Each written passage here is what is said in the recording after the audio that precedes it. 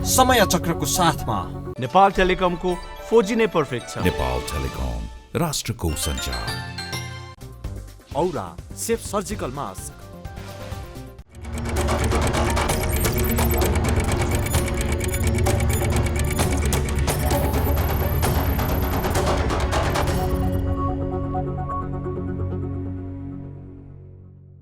इमानदार, मेहनती र देशभक्तहरूलाई सम्मान गर्दै व्यथिति, भ्रष्टाचार र अन्याय विरुद्ध हाम्रो निगरानी। यो हो टेलिभिजनको समय चक्रमा यहाँलाई हार्दिक स्वागत छ दर्शकवृन्द। म विक्रम श्रेष्ठ। पुस 16 आजको दिन अर्थात् नेपाली कांग्रेसका लागि यो एक महत्त्वपूर्ण ऐतिहासिक दिन। जानकारहरू भन्छन् यो पुस 16 लाई गहिरो गरी बुझ्ने हो भने राष्ट्रिय मेलमिलाप दिवसको सान्दर्भिकता अहिले पनि उत्तिकै छ। राजासँग मेरो घाँटी जोडिएको छ भन्ने बीपी कोइराला के राजावादी थिए वा उनको विरुद्ध भारतीय दलाल भन्दै हुने गरेका नाराबाजीका आधारमा उनलाई भारत निकट पनि भन्ने गरिन्थ्यो? के उनी भारतका यसमेन थिए? देशमा बेमेल वैमनस्यताको कालो बादल मडारिएको बेला 44 वर्ष अघिको मेलमिलाप यति बेला काम लाग्छ होला? बाँकी यो रिपोर्टमा हेरौँ। पुस 16 गते अर्थात् राष्ट्रिय मेलमिलाप दिवस नेपाली कांग्रेसले विभिन्न कार्यक्रम गरी मनाएको छ। 2033 साल पुस 16 गते विश्वेश्वर प्रसाद कोइराला मेलमिलापको नीति लिएर नेपाल फर्किएका थिए। राष्ट्रियता जोगाउन राजा र जनता मिल्नुपर्ने भावनाका साथ बीपी नेपाल त फर्किए, तर नेपालको राजनीतिक परिवेश उनले सोचे जस्तो भएन। तत्कालीन सरकारले बीपीलाई बन्दी बनाएर सुन्दरी जल जेलमा राखिदियो। 44 वर्ष अघि बीपी नेपाल फर्किएको सम्झनामा नेपाली कांग्रेसले अहिले पनि मेलमिलापको नीतिको सान्दर्भिकता उतै नै रहेको भन्दै वकालत गर्दै आएको छ।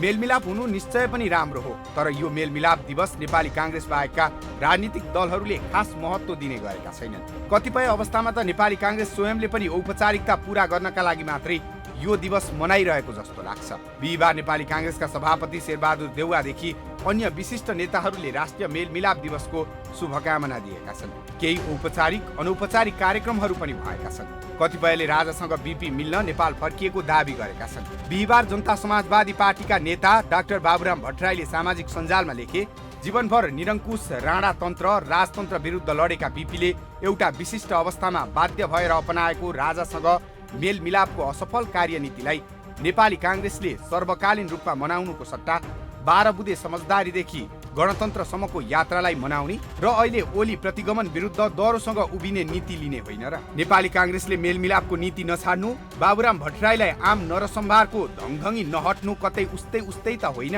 यो बेला प्रश्न पनि उब्जिएको छ। बीपी कोइरालासँगको संगत र उनका बारेमा गहन अध्ययन गरिरहेका विश्लेषकहरूको बुझाइमा बीपी राजासँग भन्दा पनि जनतासँग मिल्न मेलमिलापको नीति लिएर नेपाल फर्किएका थिए। राजासँग मिल्न भनेर बीपी आएको होइन, बीपी चाहिँ जनतासँग मिल्न आएको, नेपाली जनतासँग। यहाँ गलत इन्टरप्रिटेसन भएको छ। प्रत्येक विषयमा नकारात्मक मात्रै टिप्पणी गर्नेहरू बाहेक धेरैले तत्कालीन समयमा बीपी कोइरालाले अंगीकार गरेको राष्ट्रिय मेलमिलापको नीति तत्कालीन समयमा धेरै अर्थपूर्ण रहेको र यसको सान्दर्भिकता अहिले पनि नसकिएको दाबी गर्दै आएका छन्। देशमा विदेशीहरूको खुलेआम चलखेल देखिरहँदा बीपी कोइराला राष्ट्रियता र स्वाधीनताको एजेन्डा बोकेर नेपाल फर्किएका थिए। बीपीको त्यो विचारमा अहिले नेपाली कांग्रेस कति अडिन सकेको छ त्यो बेग्लै कुरा हो, तर यो नीति देशका लागि सधैँ हितकर भइरहने जानकारहरू बताउँछन्। बीपीले राजासँग आफ्नो घाँटी जोडिएको छ भन्ने अभिव्यक्ति अहिले आएर अपव्याख्या हुन थालेको राजनीतिक विश्लेषक पुरञ्जन आचार्य दाबी गर्छन्। बीपीले अभिव्यक्तिबाट मात्र होइन, लेखेर पनि जनताको चाहना बमोजिम राज संस्था चलेसम्म रहने, जनचाहना विपरीत गएको खण्डमा राज संस्था इतिहासको गर्वमा विलय हुने दाबी गरेका थिए। राजतन्त्र राज संस्थाको बारेमा उहाँको एकदम सान्दर्भिक भनाइ छ। यो एउटा परम्परागत शक्ति हो। यो शक्ति चाहिँ जुन दिनसम्म जनताको रुचि अनुसार बस्छ नभए यो इतिहासको गर्वमा जान्छ भनेर उहाँले प्रष्टै भन्नुभएको छ, उहाँले लेख्नु भएको छ आफ्नै हातले। बीपी कोइराला नेपाली कांग्रेसका नेता थिए, तर उनलाई दूरदर्शी नेताका रूपमा नेपालका कम्युनिस्ट, राजावादीदेखि अन्य लोकतन्त्रवादी सबैले स्वीकार गर्छन्। बीपी कोइरालाको जीवन सङ्घर्ष जेल र रोगसँग लड्दै बित्यो। आज पनि उनको विचार स्वीकार गर्ने ठूलो जमात नेपालमा छ। त्यो जमात नेपाली कांग्रेसभित्र मात्रै छैन, अन्य पार्टी र समूहमा पनि छ। नेपालको वस्तुस्थिति, नेपाल देशको वस्तुस्थिति चाहिँ विविधतामा आधारित छ। यो देश विविधतामा आधारित छ। यहाँ डेमोक्रेसी भयो भने विविधतालाई समेटिन्छ र त्यसरी समेटिएको नेपालको समृद्धि र विकास हुन्छ भन्ने उहाँमा चाहिँ त्यो अहिलेको जस्तो चाहिँ अहिले गइरे नेताले चाहिँ बोले यस्तो त्यो फाल्तु बोल्दै हिँड्ने त्यही उहाँमा रहर थिएन नि। उहाँले बोल्दाखेरि त्यसको चाहिँ आयामहरू चाहिँ जनतामा गएर जोडिन्थ्यो। 10 वर्ष 20 वर्ष 25 वर्षसम्मको देशमा गएर जोडिन्थ्यो। आज किन चाहिँ त्यो राजतन्त्र हिजोका राजतन्त्रवादीहरूले राजावादीहरूले कम्युनिस्टहरूले बिपीलाई बिपी नै ठिक नेता हो भन्छन्। मदन भण्डारीले पनि त्यही भने, प्रचण्डले पनि त्यही भने। किन भन्छन्? किनभने यिनीहरू बिपीलाई पछि बुझ्दछन्। जस्तो अहिले चाहिँ राप्रपाले पछि बुझ्यो, मदन भण्डारीले पछि बुझे, या चाहिँ नभए त पहिला त बिपी भारतीय दलाल भनेर हिँडेका हुन् नि। बिपीकै कालमा उनीमाथि भारतीय दलालदेखि राजावादीसम्म भनियो। जानकारहरूका अनुसार उनले वर्तमानलाई हेरेर होइन भविष्यलाई हेरेर अभिव्यक्ति दिने गर्थे, जसका कारण उनले आफूमाथि लागेका आरोपको कुनै परवाह नै गरेनन्। मेलमिलापलाई नेपाली काङ्ग्रेसले मान्दै आएको छ। बिपीलाई त नेपाली काङ्ग्रेसले महामानव नै भन्ने गर्छ। अन्य दल विचारधाराका नेताहरूले पनि बिपी कोइराला एक राजनेता थिए भन्ने गर्छन्। उनको रणनीतिले कति काम गर्यो वा गरेन, सत्ताका लागि छेपारोले झैँ र रङ बदलिने स्वभाव भएका मानिसहरूको बोलवाला भएको यो समाज बिपीको आदर्श र चिन्तन असान्दर्भिक भएको हो वा यसको अन्तर्वस्तु अरू पनि केही हो? यो बुझ्नेछौँ यो ब्रेकपछि।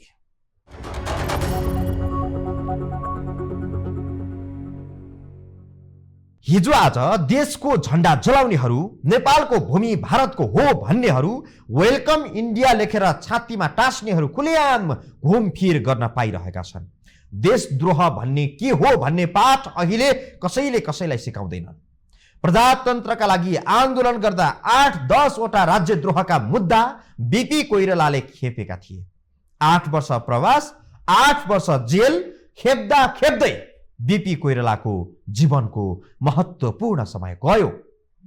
नेपालमा प्रजातन्त्र आउँदा क्यान्सरका कारण बिपीले संसार छाडिसकेका थिए। राज्यद्रोहको मुद्दा लागेकाहरूका लागि मृत्युदण्डसम्मको सजाय हुन सक्थ्यो।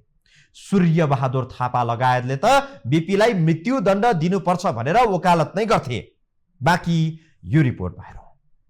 पञ्चायती व्यवस्थामा राज्यद्रोहको मुद्दामा मृत्युदण्डसम्म हुन सक्थ्यो, तर विश्वेश्वर प्रसाद कोइराला आफूमाथिको राज्यद्रोहको मुद्दा यथावत रहेकै बखत मेलमिलापको नीति लिएर नेपाल फर्किए। राजा महेन्द्रले शाही कू मार्फत प्रजातान्त्रिक व्यवस्था अन्त्य गरी पञ्चायती व्यवस्था लागू गरेका थिए। राजा महेन्द्रको कदमपछि बिपी सहित केही काङ्ग्रेसी नेता भारत निर्वासनमा गए। भारतमा पनि त्यहाँको सरकारले निर्वासित नेपाली नेतामाथि धरपकड गर्न थालेपछि बिपी कोइराला स्वदेश फर्किएको बताउने गरिन्छ। बिपीले एक प्रसङ्गमा भनेका थिए कि प्रजातन्त्रको मामिलामा सम्झौता हुन सक्दैन, तर राष्ट्रियताको मामलामा राजासँग मेरो घाँटी जोडिएको छ। राजासँग घाँटी जोडिएको उल्लेख गरे पनि पञ्चायती व्यवस्थाले बिपीलाई पक्राउ गर्यो। थुप्रै देशहरू त्यतिखेर चाहिँ विभिन्न शक्ति राष्ट्रको चाहिँ साम्राज्यवादको शिकार भएका थिए। बिपीलाई पनि के लाग्यो भन्दाखेरि चाहिँ 8 वर्ष भारत बसिसक्नु भएको थियो। जनताको शक्ति यहाँ कोही पनि छैन। राजालाई म एक्लै देश चाहिँ धान्दछु भन्ने लागिरहेको थियो। राजा भन्नाले तत्कालीन राजा वीरेन्द्र राजतन्त्रलाई। त्यसमा उहाँ चाहिँ त्यो तानातानमा चाहिँ नेपाली जनता पिल्सिन्छन् भन्ने लागेर उहाँले चाहिँ जनताको प्रतिनिधि म हुँ, म जनतालाई प्रतिनिधित्व गर्छु। देशको एउटा परम्परागत शक्ति चाहिँ राजतन्त्र हो। यसले चाहिँ मसँग चाहिँ घाँटी जोड्नुपर्छ, त मात्रै नेपालको चाहिँ सार्वभौम सत्ता र अखण्डताको अक्षुण्णता छ भनेर उहाँ राष्ट्रिय मेलमिलापको नारा दिएर आएको दिन आजै हो। के काम गर्नुभयो भने विदेशमा बसेर दुःख पाएर आन्दोलनको कुरा गर्नुभन्दा ती सबै विदेशमा गएका सशस्त्र आन्दोलनबाट पीडित भएका साथीहरूलाई देशभित्रै ल्याउने काम उहाँले गर्नुभयो। देशैभित्र फर्काउनु भयो है। एउटा बाहिर गएको राजनीतिलाई उहाँले देशभित्र फर्काउनु भयो। दोस्रो कुरा के भने उहाँले के साहस गर्नुभयो भने 7 वटा मुद्दा फैसला भएछन् भने मेरो विरुद्ध भने म फाँसी चढ्न तयार छु भनेर आउनुभयो। जो मान्छे आफू फाँसी चढ्न तयार हुन्छ त्यो मान्छे जेल बस्ने डरले भाग्यो भनेर भन्नु भनेको त्यो अत्यन्तै चाहिँ मतलब राजनीतिक सुझबुझ नभएको टिप्पणी हो। पञ्चायतमा एक शक्तिशाली संरक्षकका रूपमा सूर्यबहादुर थापा थिए। सूर्यबहादुर थापा बिपीलाई मृत्युदण्ड दिनुपर्छ भनेर वकालत गर्थे। थापाको चाहना पूरा भइदिएको भए बिपीलाई मृत्युदण्ड हुन सक्थ्यो। तिनै सूर्यबहादुर थापाका पुत्र सुनिल बहादुर थापा अहिले नेपाली काङ्ग्रेसको सहमहामन्त्री छन्। सुनिल बहादुरलाई कार्तिकमा नेपाली काङ्ग्रेसको केन्द्रीय समितिले सहमहामन्त्रीमा मनोनित गर्यो। केही वर्ष पूर्व पञ्चहरकै पार्टीमा रहेर काम गरेका थापालाई नेपाली काङ्ग्रेसले दिएको स्पेस देखेर कतिपय काङ्ग्रेसीहरू आश्चर्यमा परे। 4,000 नेपाली काङ्ग्रेसका डेडिकेटेड सदस्यहरूलाई माओवादीले मार्यो। तर त्यही माओवादीसँग 12 बजे सम्झौता गर्न बिपी कोइरालाको अनुयायी, बिपी कोइरालाका भाइ, जसले राष्ट्रिय एकता तथा मेलमिलापको सन्दर्भमा कम्युनिस्टहरूसँग कहिले मिल्नु हुँदैन भनेर जीवनभर लड्नुभयो। पहिलो चरणमा गिरिजाप्रसाद कोइरालाले 62 सालमा 12 बजे सम्झौता गर्न जानुभयो कि भएन? जानुभयो। त्यसपछि संविधान बनाउनको निम्ति त्यो बेलाको तत्कालीन लोकतन्त्रमा विश्वास गरेर आइसकेको नेकपा एमालेकै बराबर हाराहारी सिट दिनुभयो अनि संविधान सभाको निर्वाचन गराउनु भयो किन? त्यस कारण यो राजनीतिमा त्यो सुरुवात थापा के कुराहरू? सुरुवात थापा भनेको त राजाको एउटा गोटी हुन्। काङ्ग्रेससँग दूर दूरसम्म साइनो नभएकाहरूलाई काङ्ग्रेसमा मिसाउने तर काङ्ग्रेसकै लागि जीवनको महत्त्वपूर्ण समय खर्चिएकाहरूलाई लाखापाखा लगाउने काम नेतृत्वबाटै भइरहेको भन्ने गुनासो काङ्ग्रेसमा छ। जुझारु कार्यकर्ताहरूमा व्यक्त त्यही वितृष्णाका कारण काङ्ग्रेस पार्टी भन्दा पनि गुटै गुटको झुण्डका रूपमा विकसित भइरहेको बताउने गरिन्छ। भारतबाट नेपाल चाहिँ फर्किँदाखेरि जुन यो राष्ट्रिय मेलमिलाप या नेसनल रिकन्सिलिएसनको नारा लिएर बिपी आउनुभएको थियो, त्यसमा उहाँले चाहिँ राजासँग त्यो केही पनि भन्नु पर्दैन थियो सत्तामा जानको लागि। त उहाँले तत्कालीन राजा वीरेन्द्रसँग यसरी बसेर 5 मिनट ल म चाहिँ तपाईँले भनेको शर्त मान्दछु भनेको, उहाँ प्रधानमन्त्री त 5 मिनटमा भइहाल्नुहुन्थ्यो। तर उहाँलाई त्यस्तो प्रधानमन्त्री हुने, त्यस्तो सत्तामा पुग्ने रहर थिएन क्या। जस्तो पाए त्यस्तो सम्झौता गर्न, जस्तो अहिले आजको काङ्ग्रेस नेतृत्वले गरिरहेको छ। सभापति शेरबहादुर देउवाको समूह बाहेक पनि अहिले नेपाली काङ्ग्रेसमा रामचन्द्र पौडेल, शशाङ्क कोइरालाको एक शक्तिशाली गुट छ। यो बाहेक तेस्रो गुटको नेतृत्व कृष्ण सिटौला, गगन थापा लगायतले गरिरहेका छन्। हिन्दुत्वको पक्षमा खुलेर लागेका खुमबहादुर खड्काको निधन भइसकेको छ। तर उनको लाइनमा रहेका केही फरक विचारधारासहित राजनीति गरिरहेका शङ्कर भण्डारी, पुष्पा भुषाल, देवेन्द्र राज कँडेल लगायत छन्। विचारमा मेलमिलाप, व्यवहारमा गुटै गुटले कमजोर भएको नेपाली काङ्ग्रेसको भविष्य आफ्नै कारणले तय हुने भन्दा प्रतिस्पर्धी राजनीतिक दलहरूको क्रियाकलापका आधारमा तय हुने विश्वास गरिन्छ। आजका दिनमा पनि नेपाली काङ्ग्रेस एकातिर बिपी कोइरालाको सिद्धान्तको अनुयायी हुँ भन्छन्। बिपी कोइरालाका अनुयायीहरू किन झगडा गर्ने? त्यही सिद्धान्त छ भने सिद्धान्त अर्को छैन त? त्यही एउटै सिद्धान्तमा बसेको छ, एउटै भर्याङ चढ्नु छ, त्यही भर्याङ मात्रै छ भनिसकेपछि त्यो भर्याङमा उक्लिँदाखेरि कोही अलिकति पछाडि होला, कोही अगाडि होला। अगाडिको मान्छे निस्केर जान्छ, फेरि पछाडिको मान्छे जान्छ। त्यो एउटा प्रवाह हो नि त। किन झगडा गर्ने? देशलाई भन्नुहुन्छ, अरू राजनीतिक शक्तिलाई भन्नुहुन्छ, बिपी कोइरालाका कुरा बताउनुहुन्छ, तर आफै चाहिँ किन मेलमिलाप गर्न सक्नुहुन्न उहाँहरू? किन आफूले अलिकति बिपी कोइरालाले फाँसी चढ्न तयार हुनुभएको सिद्धान्त प्रतिपादन गर्नुभएको छ बिपी कोइरालाले, अहिले एउटा पद त्याग गर्न, एउटा पदको मोह छोड्न, एउटा पदको आकाङ्क्षा छोड्न किन सक्नुहुन्न उहाँहरू? फाँसी चढ्न तयार नेताको अनुयायीहरू आज एउटा पदको निम्ति लडाइँ गरेर बस्नु भएको छ किन? यो करोडौँको प्रश्न हो भाइ। काङ्ग्रेसको महाधिवेशन कहिले हुन्छ त्यो यसै भन्न सकिन्न। तर महाधिवेशनमा आफूलाई सभापतिको उम्मेदवारीका रूपमा वर्तमान सभापति देउवा, वरिष्ठ नेता रामचन्द्र पौडेल, महामन्त्री शशाङ्क कोइराला, नेता शेखर कोइराला, मिलेन्द्र रिजाल, विमलेन्द्र निधि, प्रकाशमान सिंह, कृष्णप्रसाद सिटौला लगायतले आफूलाई प्रस्तुत गरिरहेका छन्। राजनीतिक पार्टीमा सामान्यतया दुई लाइनमा सङ्घर्ष अक्सर हुने गर्छ। मेलमिलापको नीतिलाई दिवसकै रूपमा मनाउने नेपाली काङ्ग्रेसभित्र चाहिँ यही मेलमिलाप दुर्लभ बन्दै गएको छ। नेपाली काङ्ग्रेस र मेलमिलाप यी दुई शब्द आपसमा कतै नमिलेको जस्तो लाग्छ। उसो त यही मेलमिलापलाई नेपालका अरू राजनैतिक दलहरूसँग तुलना गर्ने हो भने पनि त्यस्तै लाग्छ। तर जब जब देशमा राजनैतिक दलहरू आपसमा मिलेका छन् त्यो बेला देशले निकास पाएकै छ, देश एक कदम अगाडि बढेकै छ। त प्रसङ्गसहित हामी आउनेछौँ यो ब्रेकपछि।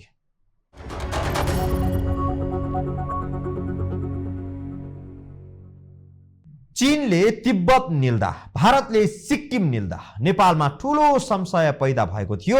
विशाल भारतका लागि सिक्किम हात्तीको अगाडि कमिला जत्रै मात्रै थियो। सिक्किम सानो भूगोल भएको पहाडी राज्य थियो जसबाट कसैलाई कुनै भय थिएन। तर पनि सिक्किमलाई भारतले अजिङ्गरको आहारा बनायो।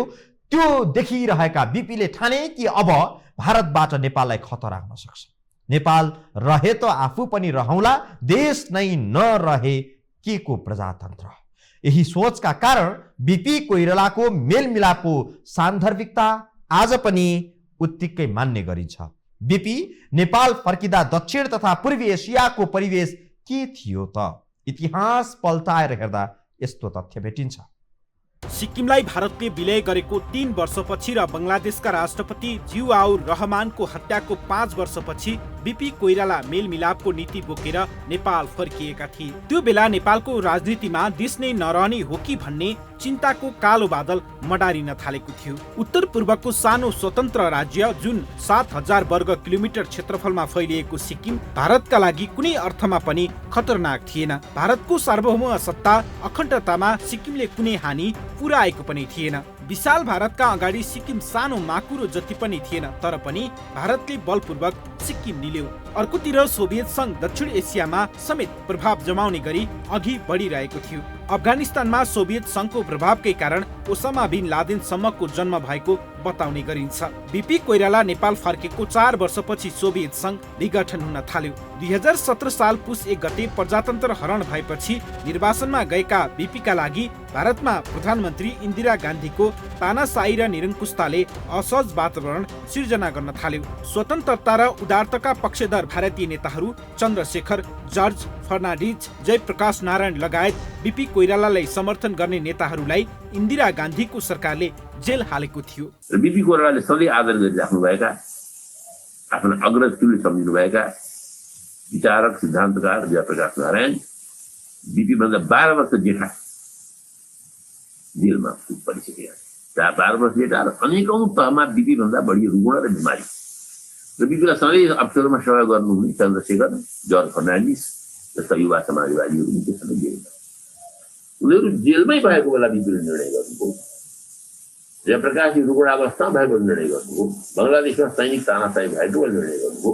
म अब नेपालमा राजा र उनी आफू चाहिँ म राजालाई कन्भिन्स गर्छु, दक्षिण पूर्व एसियाको राजनीति, संसारको राजनीति परिवर्तित छ, नेपालको सार्वभौम सत्ता र अखण्डता चाहिँ अलिकति चाहिँ धरापमा परेको छ। यो अप्ठ्यारोपनामा त्यतिखेर अब शीत युद्ध थियो। शीत युद्धमा 2 महाशक्ति राष्ट्रहरूको चाहिँ ठुलो तानातान थियो।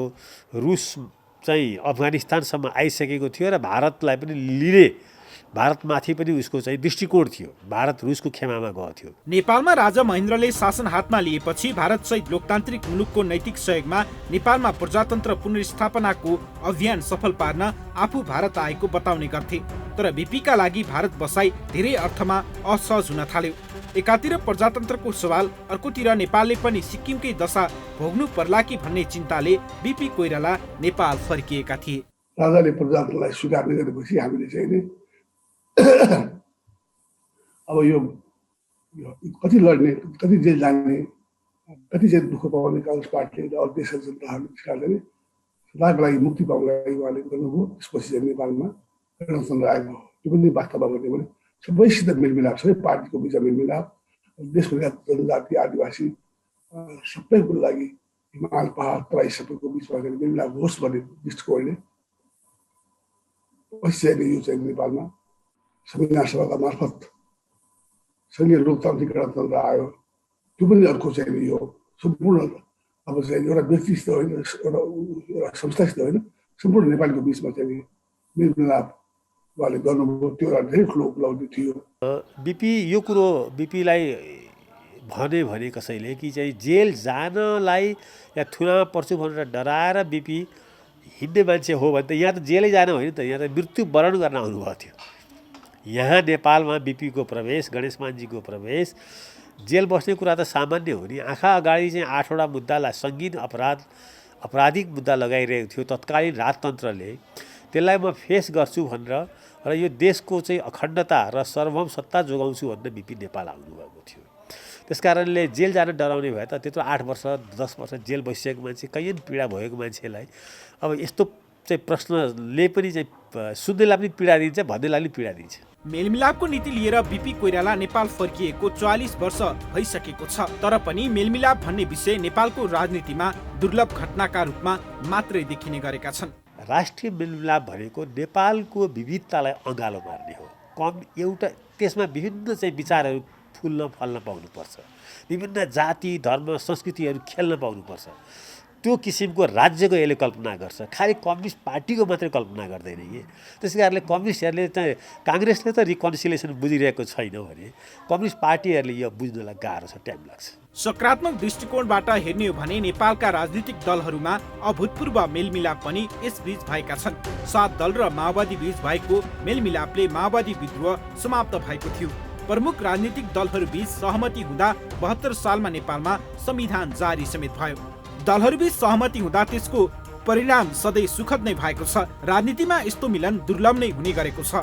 फरक फरक राजनीतिक दलहरूबीच सहमति मेलमिलाप नहुनु त अनौठो भएन। एउटै पार्टी एउटै विचार र सिद्धान्त बोकेका नेताहरूमा समेत मेलमिलाप नहुँदा देश र जनताले दुःख पाउँछन् भन्ने दृष्टान्त अहिले देखा परिरहेको छ।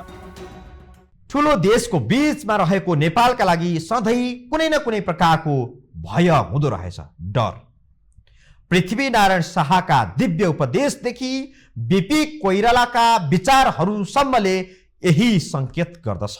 दर्शकवृन्द, आजलाई समय चक्र यति नै। समय चक्रका साथै यस टेलिभिजनका सम्पूर्ण समाचार बुलेटिन कार्यक्रम यो हो टेलिभिजन.com, यो हो खबर.com, युट्युब र फेसबुकमा पनि पढ्न र हेर्न सक्नुहुनेछ। मोबाइलमा यो हो टिभी एप डाउनलोड गरी हामीलाई प्रत्यक्ष हेर्न सक्नुहुनेछ। बिदा दिनुहोस्, नमस्कार।